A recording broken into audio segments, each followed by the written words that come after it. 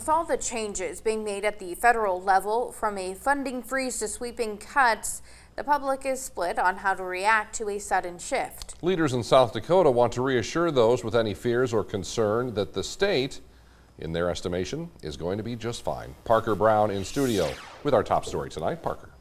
Brian and Andrea, Dakota News Now caught up with South Dakota Attorney General Marty Jackley today, and Governor Larry Rhoden took some questions earlier this week. Both aligned in their belief that South Dakota is in great standing. And despite the loss of some federal jobs in the state, they believe South Dakota can support its citizens in this time.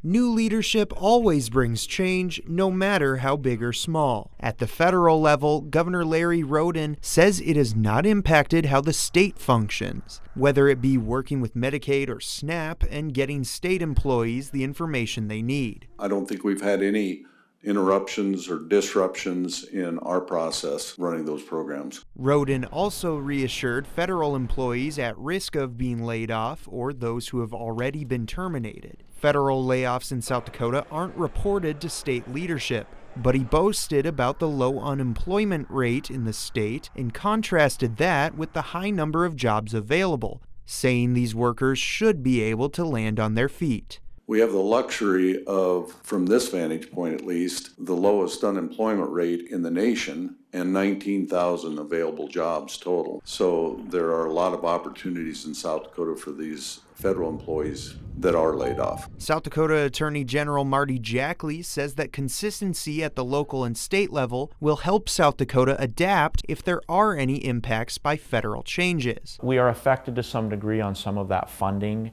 But we're making it work. Obviously, the legislature's in session, so if there were to be a federal shortage on some of the conversations happening in Washington, we would have the ability to adjust and to be able to fix it. Jackley continued by emphasizing that public safety specifically is not going to be affected. When you look at how we keep our community safe in South Dakota, it's your local sheriff, it's your chief of police, it's your state's attorney, and then it goes to your attorney general, the DCI, the highway patrol, and other agencies, funded by the state and local government. Now, Jackley also said that most of the conversation in our nation's capital will not affect the state as much because of the targeted focus of cutting out wasteful spending, which he saw as a positive step. Brian and Andrea. Parker Brown tonight. Parker, thanks.